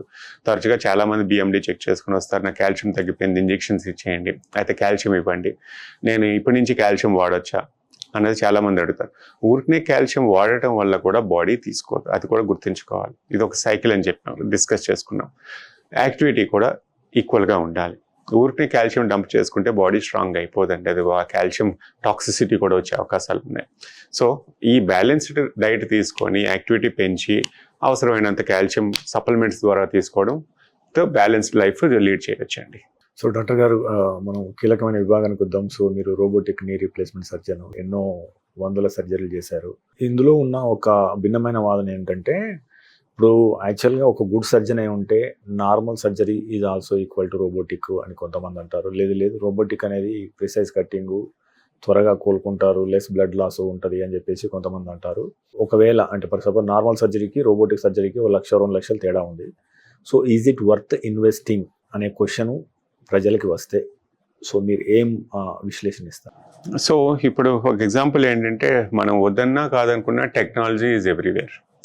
మన సెల్ ఫోన్ నుంచి తీసుకోండి, ఎయిర్పోర్ట్ వరకు టెక్నాలజీ ఎక్కడైనా వాడుతున్నాం, ఆటోమేటెడ్ అయిపోతుంది. టెక్నాలజీ వల్ల అడ్వాన్స్మెంట్ పెరుగుతుంది. ఇప్పుడు ఎందుకంటే ఇప్పుడు నేను 20 years లేకపోతే నీ రీప్లేస్మెంట్ 30-40 years నుంచి జరుగుతూనే ఉన్నాయి. 100% అందరికీ బాగుంటుందా అంటే ఎప్పుడో పర్సంటేజ్ వైజ్లో మాట్లాడతాం. కొంత 10-20% ఎప్పుడో డిసప్పాయింటెడ్ పేషెంట్స్ ఉంటారు, నాకు జరిగింది అయినా పెద్ద సాటిస్ఫాక్షన్ లేదు, నాకు నొప్పి ఉంది. ఈ సాటిస్ఫాక్షన్కి కారణాలు ఏంటి అని సైంటిఫిక్గా చర్చ జరుగుతూనే ఉంటుంది. దానికి అడ్వాన్సెస్ కోసం చూస్తూనే ఉంటాం. రోబోటిక్ ఏంటంటే దానికి మెకానికల్గా అందరికీ ఒకే కాళ్ళు, చిన్న కాళ్ళు ఉంటాయి, పెద్ద కాళ్ళు ఉంటాయి, లావుగా ఉంటారు, పొట్టిగా ఉంటారు, వీళ్ళందరికీ ఒకే ఆకారంలో ఆపరేషన్ చేయటమా, లేకపోతే వాళ్ళకి కావాల్సిన ఫినోటైప్ డిఫరెంట్ మెకానికల్ అలైన్మెంట్స్ ఉన్నాయి, అందరి కాళ్ళు స్ట్రైట్ కాదు, కొంతమందికి కొంత యాంగిల్ ఉంటుంది అన్న వాదనలో రోబోటిక్స్ అడ్వాన్స్మెంట్ వచ్చింది. ఈ రోబోటిక్స్ ద్వారా ఏంటంటే ప్రతికి తన ఆకార ప్రకారం ఎంతో ఒక యాంగిల్లో ఉండాలి, కాళ్ళు అందరికీ ఒకేలాగా స్ట్రైట్గా ఉండకూడదు అన్నదానికి రోబోటిక్స్ యాడ్ అవుతుంది. టెక్నాలజీ వల్ల అడ్వాన్స్మెంట్ జరుగుతుంది తప్ప దానివల్ల నష్టం అయితే లేదు. సో యాడ్ ఆన్ టెక్నాలజీ వల్ల ఇంకా బెటర్ అవుట్కమ్స్ వస్తాయి, ఈ డిస్సాటిస్ఫాక్షన్ రేట్ అనేది తగ్గించవచ్చు. తర్వాత రెండవది ఏంటంటే కటింగ్స్లో ప్రిసైజ్నెస్ వల్ల ఎక్కువ కాలం మన్నిక రావాలి. ఇప్పుడున్న దానికన్నా అమెరికా కరెక్ట్గా ఉంటే అది ఎక్కువ కాలం జీవితం రావాలి. రెండోది ఈ నొప్పి లోపల చేంజ్ చేసే చిన్న టెక్నిక్స్ వల్ల, ఈ రోబోటిక్ వల్ల నొప్పి టిష్యూని తక్కువ డిస్టర్బ్ చేస్తాం, సో నొప్పి కూడా తక్కువ ఉంటుంది. సో కోలుకునే వాళ్ళు చాలా ఫాస్ట్గా కోలుకుంటారు. సో ఈ డిఫరెన్స్ అయితే అబ్జర్వ్ చేస్తాం కొంతమందిలో. అలా అని కన్వెన్షనల్ 20 నుంచి 30 సంవత్సరాలు 80% సక్సెస్ రేట్ ఉన్నదాన్ని బ్యాడ్ అని చెప్పడానికి లేదు. బట్ ఆ 20%లో కూడా డిసప్పాయింట్మెంట్ ఉండకూడదు, దాన్ని కూడా ఆ రేషియోని తగ్గించాలి అన్నదానికి టెక్నాలజీ హెల్ప్ చేస్తుంది. డాక్టర్ గారు, ఇంప్లాంట్ విషయానికి వద్దాం. సో ఇప్పుడు మనం ఆపరేషన్ చేసిన తర్వాత ఇంప్లాంట్స్ అన్ని చాలా కీలకము. కొంతమంది తక్కువలో అయిపోతుందని చెప్పేసి తక్కువ ఖర్చులో ఇంప్లాంట్స్ చేసుకుంటే అంటే తిరిగి ఇన్ఫెక్షన్స్ వచ్చే అవకాశం ఉందా, లేదా 10 ఏళ్ల తర్వాత తిరిగి ఆపరేషన్ అవసరమయ్యే అవకాశం ఉంటుందా? సో ఏవి బెస్ట్ ఇంప్లాంట్స్, ఏవి వేసుకోవడం ద్వారా మనకు ఒకటి ఇన్ఫెక్షన్స్ కానీ లేదా ఫ్యూచర్లో తిరిగి ఆపరేషన్ అవసరం కానీ ఉండకుండా ఉంటుంది? చాలా మంచి ప్రశ్న అండి. చాలామంది ఈ ఇంప్లాంట్ వేసుకుంటే మంచిది, ఈ ఇంప్లాంట్ వేసుకుంటే ఎక్కువ కాలం వస్తుంది, ఈ ఇంప్లాంట్ వేసుకుంటే తక్కువ కాలం వస్తుంది అని చాలామంది అనుకుంటూ ఉంటారు. అది చాలా పెద్ద తప్పు అనుకుంటాను, చెప్తాను. ఈ ఇంప్లాంట్ అంటే సైంటిఫిక్ రీసెర్చ్ ద్వారా వచ్చేది అమెరికా ప్రకారం కరెక్ట్గా కూర్చోవాలి.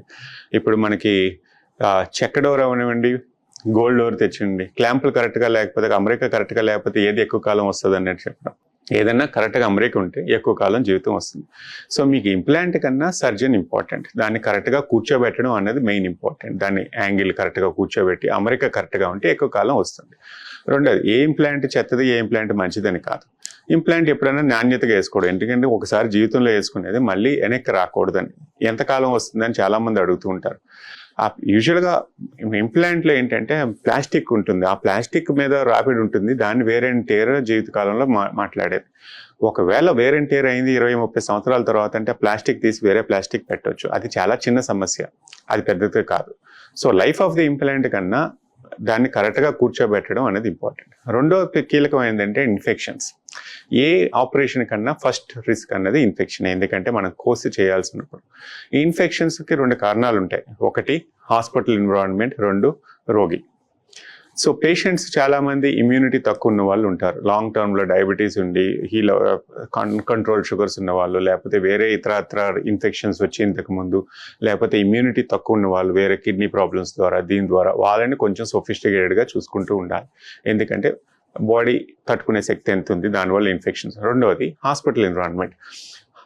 ప్రాపర్ స్టెరిలైజేషన్ కానీ, టైమ్లీ యాంటీబయాటిక్స్ ఇవ్వటం కానీ, ప్రాపర్ చెక్ పాయింట్స్ చూసుకోవడం, ఈ జాగ్రత్తలన్నీ తీసుకోవడానికి అందుకే హై హాస్పిటల్, సొఫిస్టికేటెడ్ హాస్పిటల్స్లో ఇవన్నీ check points, multiple check points ఉన్నప్పుడు ఇన్ఫెక్షన్స్ కూడా తక్కువ అయ్యే అవకాశం ఉంటుంది.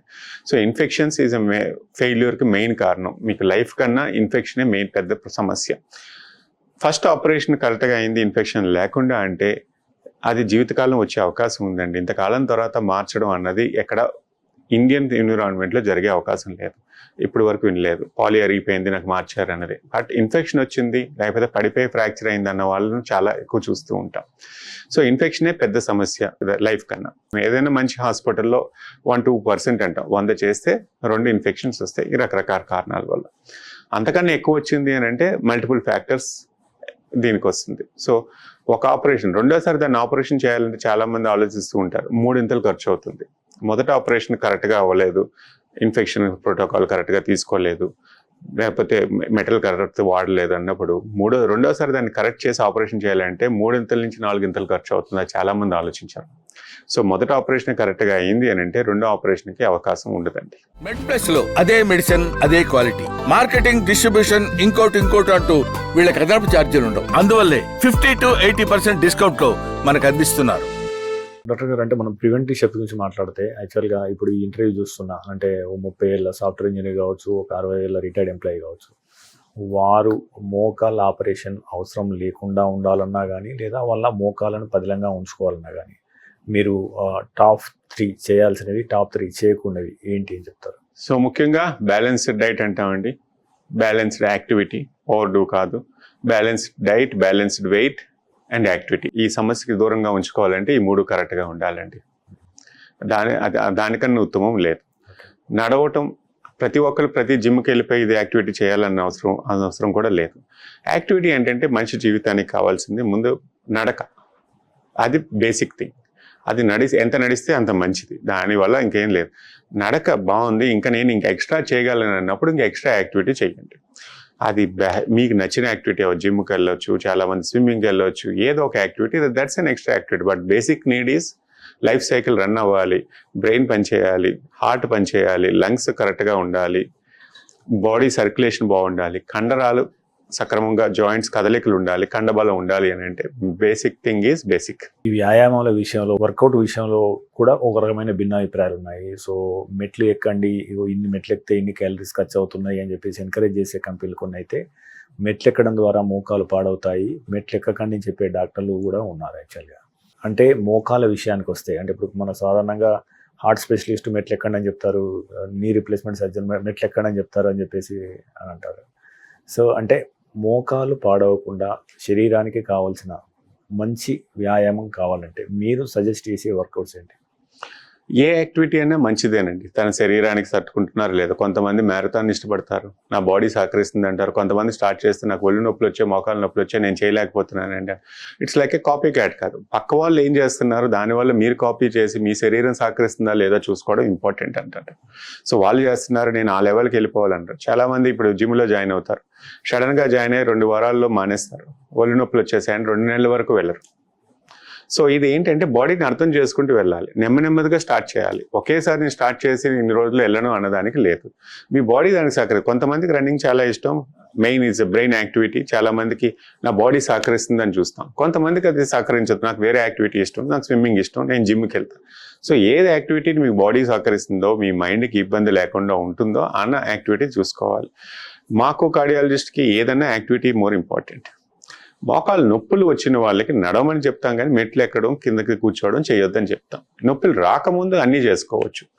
బాడీ ట్రబుల్ షూట్ చేస్తుంది, నాకు ఇబ్బందులు మొదలయ్యాయి అన్నప్పుడు ఎక్సెసివ్గా డీజనరేట్ అవ్వకూడదు, తొందరగా డీజనరేట్ అయిపోకూడదు, కార్ట్లేజ్ పోకూడదు అన్నప్పుడు కొన్ని యాక్టివిటీస్ తగ్గించుకుంటే ఎక్కువ కాలం బాగానే ఉంటుంది. అంతే తప్ప నడక ఆపేయడం మాత్రం, యాక్టివిటీ వద్దు అని చెప్పడం మాత్రం ఎక్కడా లేదండి. ఎవరు ఏం చెప్పినా హ్యాపీగా ఉండాలి, ఆరోగ్యంగా ఉండాలంటే యాక్టివిటీస్ మస్ట్. సో డాక్టర్ గారు, మనకు ఇప్పుడు ఆర్టిఫిషియల్ ఇంటెలిజెన్స్ యుగం నడుస్తుంది. సో మనం వద్దన్నా అవునన్నా కాదన్నా రోబోటిక్స్, ఆర్టిఫిషియల్ ఇంటెలిజెన్స్, టెలిమెడిసిన్ వీటిలో చాలా వేగంగా మార్పులు వస్తున్నాయి. వచ్చే 10 ఏళ్లలో అంటే మీ రంగంలో ఎలాంటి మార్పులు వచ్చే అవకాశం ఉంది? దీని ద్వారా what are the pipeline products right now, అంటే దేని మీద ఎక్కువ రీసెర్చ్ నడుస్తుంది, ఏది అందుబాటులోకి వచ్చే అవకాశం ఉందని మీరు భావిస్తున్నారు? తద్వారా రోగి జీవితాన్ని మనం సమూలంగా మార్చే అవకాశం ఉందని మీరు అంచనా వేస్తున్నారు? సో ఈ రోబోటిక్స్ కానీ టెక్నాలజీ కానీ మనిషిని ఇంకా రోగాన్ని, ప్రాబ్లమ్ని అర్థం చేసుకోవడంలో హెల్ప్ చేస్తూ ఉంటుంది. ఇవి ఏంటంటే మనం ఫీడ్ చేసే ఇన్ఫర్మేషన్ కానీ ఒక క్యాల్కులేషన్స్కి వచ్చి ఇన్ని రకాలుగా ప్రాబ్లమ్స్ వస్తున్నాయి అనలైజ్ చేసుకొని మనకి బెటర్ ఇన్ఫర్మేషన్ ఇస్తే దాన్ని ప్రివెన్షన్లో కూడా వాడుకోవచ్చు. ఇప్పుడు రీసెర్చ్ అనేది కార్ట్లేజ్ డీజనరేట్ అవ్వకుండా ఏమైనా మెడిసిన్స్ ఉన్నాయా, దాన్ని మనిషిని ఇంకొకటి ఏంటంటే లాంజివిటీ పెరగడానికి ఏం కారణాలు కావాలి, లైఫ్ స్టైల్ మంచిగా ఉండాలి, ఏజింగ్ ప్రాసెస్ అవ్వకుండా ఉండడానికి ఇలాంటి రీసెర్చ్ ప్రాజెక్ట్స్ చాలా జరుగుతూనే ఉన్నాయి. ఇప్పుడున్న టెక్నాలజీ ప్రకారం ఏంటంటే టెక్నాలజీ మనం వద్దన్నా కాదన్నా మన లైఫ్లో ఉంది. దాన్ని ఎంతవరకు సద్వినియోగం చేసుకుంటాం, ఎంతవరకు దుర్వినియోగం చేసుకుంటాం అన్నది కూడా చాలా ఇంపార్టెంటే. సో టెక్నాలజీ అనేది ఆగదండి, దాన్ని ప్రాపర్గా మనం యూజ్ చేసుకొని మనకు తోడ్పడే విధంగా మనం ఆలోచించుకోవాలి. లైఫ్ స్టైల్ అనేది ఎన్ని వచ్చినా మన లైఫ్ స్టైల్ మనం మెయింటైన్ చేయడం చాలా ఇంపార్టెంట్. దానివల్లే చాలా వరకు ప్రాబ్లమ్స్ దూరంగా పెడుతున్నాం.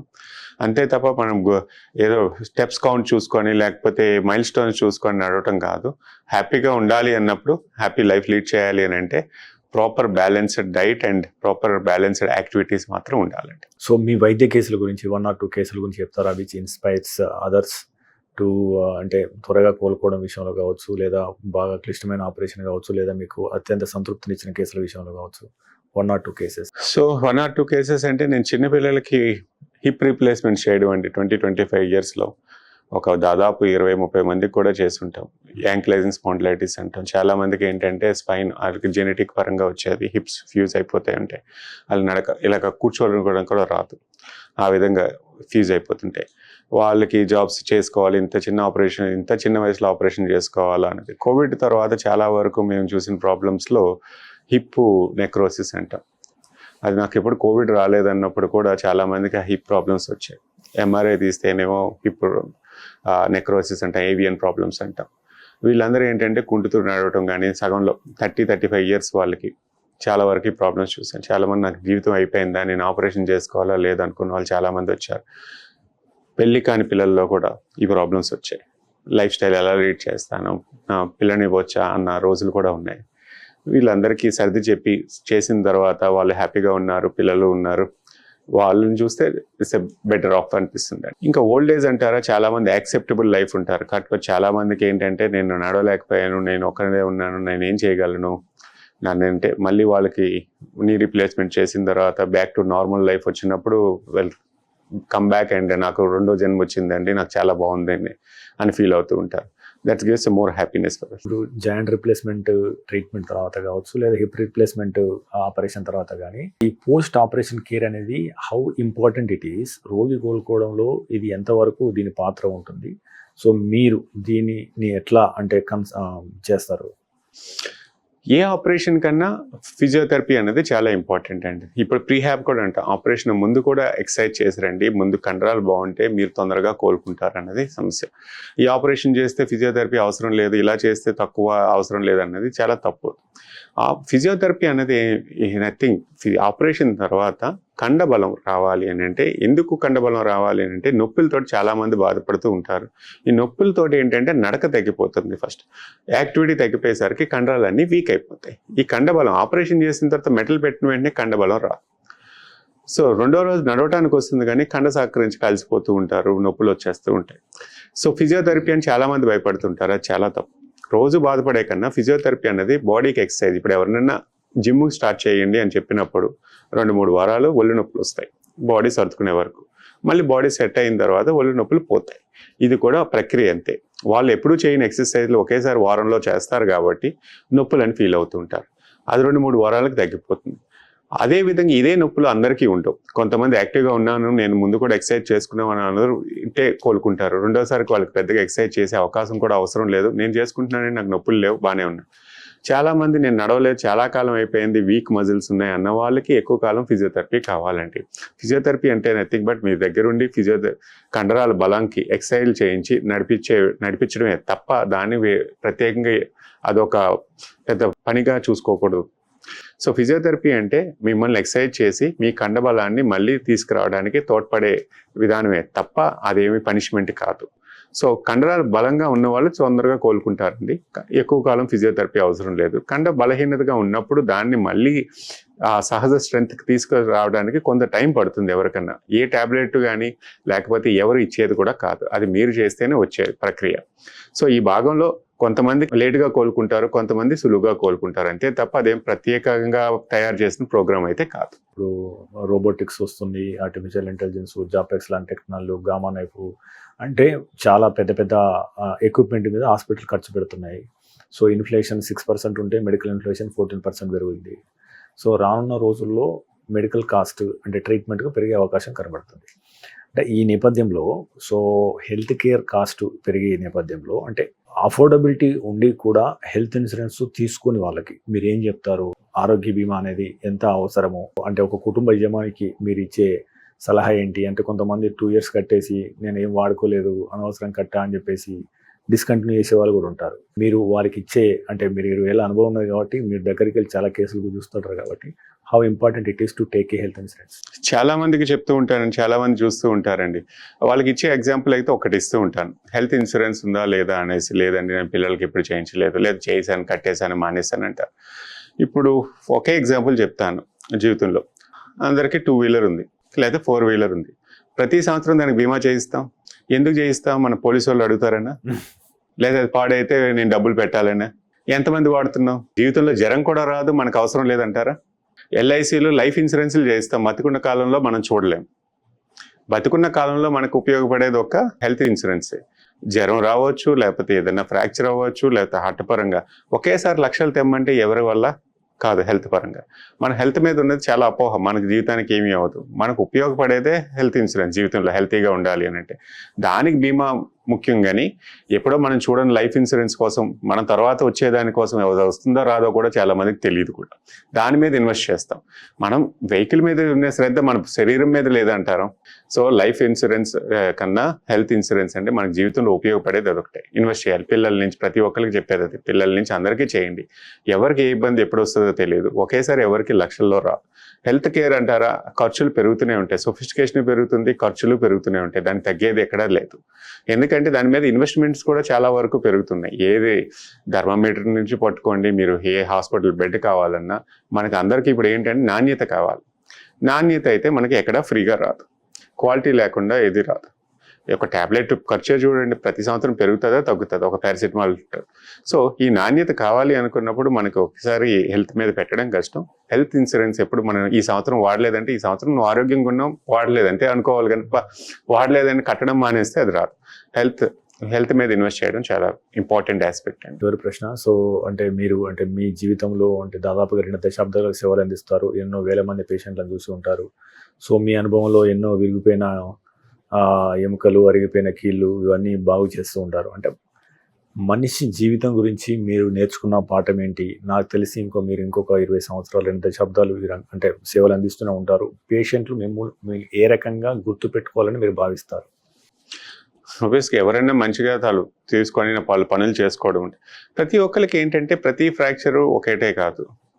ప్రతి దానికి రాదు. కొంతమందికి ఫెయిల్ అవుతారు, కొంతమందికి సక్సెస్ అవుతాయి. ఈ ఫెయిలియర్ అయినప్పుడు బాధ వేస్తుంది, దానికి ఇదే కాదు, ఎందుకు ఇది అయ్యింది, లేకపోతే ఎందుకు శరీరం తట్టుకోపోవచ్చు. ప్రతి ఫ్రాక్చర్ అందరూ ఒకేలాగా ఊహించుకుంటారు. కొంతమంది వాళ్ళు నడిచారంటే వీళ్ళు నడవలేదు అని కంపారిజన్ ఎప్పుడు ఉంటుంది. ఆ కంపారిజన్ కాదు, ఇప్పుడు వాజ్పేయి గారికి మొకాల ఆపరేషన్ ఫెయిల్ అయిందని ఆపరేషన్ లాగిపోలేదు. చాలామంది అదే ఎగ్జాంపుల్ వాడారు, ఇంకా పెరిగాయి. ఎందుకంటే వాళ్ళకి ఏ ప్రాబ్లం ఉంది, వెనకాతల ఏ పరిస్థితిలో వచ్చారు, ఎటువంటి ఫ్రాక్చర్ అనేది చాలా ముఖ్యం.